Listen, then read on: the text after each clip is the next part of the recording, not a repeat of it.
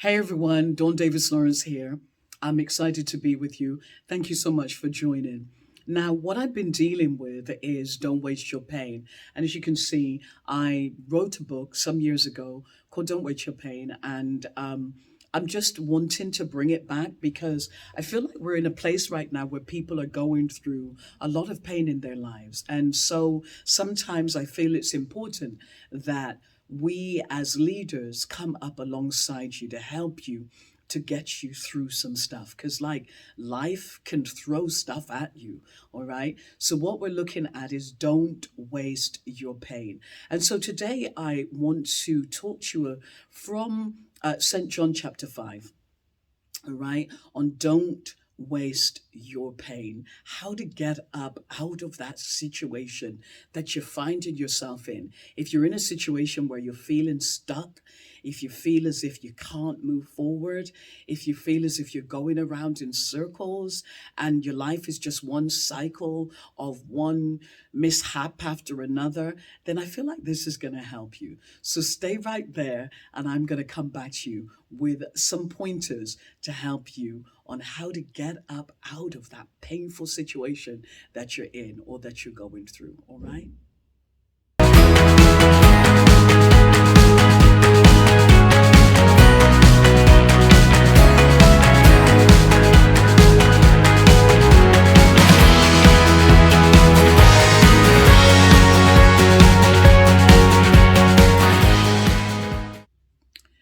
Okay, so thank you so much for staying there with me. Don't forget to click the subscribe button, share, and like. That's going to be really helpful. Thank you so much. So we're taking this text today from St. John chapter 5, all right? And I want to just look at 7 points that can help you to get up out of a difficult situation that you're in, that you've been in for a long time, that you're just going around and around in circles and you're just frustrated because you just don't know what's happening and you don't know how to move and how to shift. This is going to help you. Now, you're going to see me just looking at my notes. Right? Because I'm at that age where I have to look at my notes, all right? It's just that simple, all right? So then, but the content is still going to be just as good, all right? So yeah, so stay with me and let me get into those 7 points, okay? Right.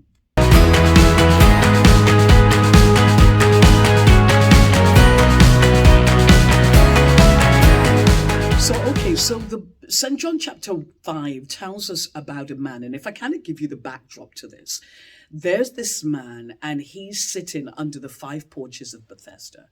And the Bible tells us that here in this place, it's near the sheep market and there are a lot of people that are there. The word says a multitude of people. So there are loads and loads of people that are there. And what's common about them is that they're all sick. They all have different ailments. And the word kind of stresses the different ailments that they have. But essentially, all of them are sick.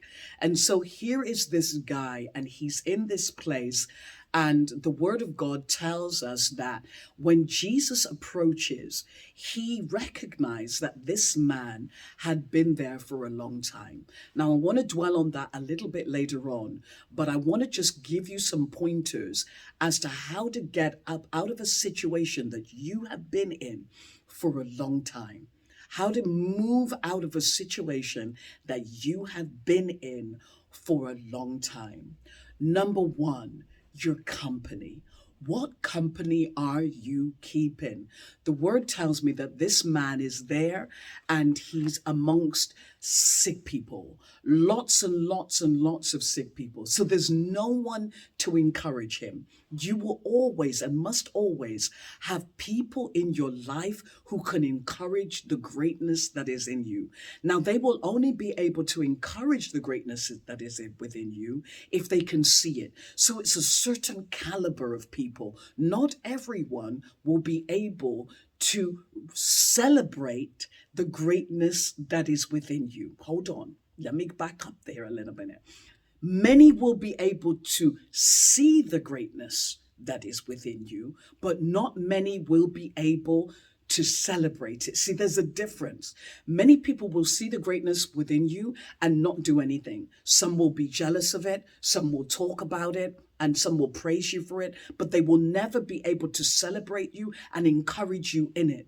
But there are a certain caliber of people that will be able not only to recognize it, praise it, but celebrate and also assist and encourage you to kind of cultivate that greatness that is within you. That's the kind of people that you need around you.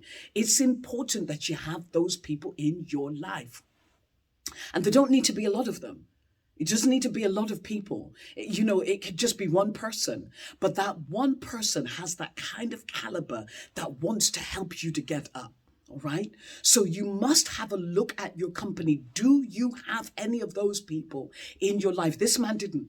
He didn't. And that's why he had been there for a long time, because he never had anybody that could tell him, baby, you can get up.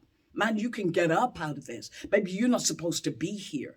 And so because he didn't have that, do you know that we are able to do greater when we have people that can praise and encourage us?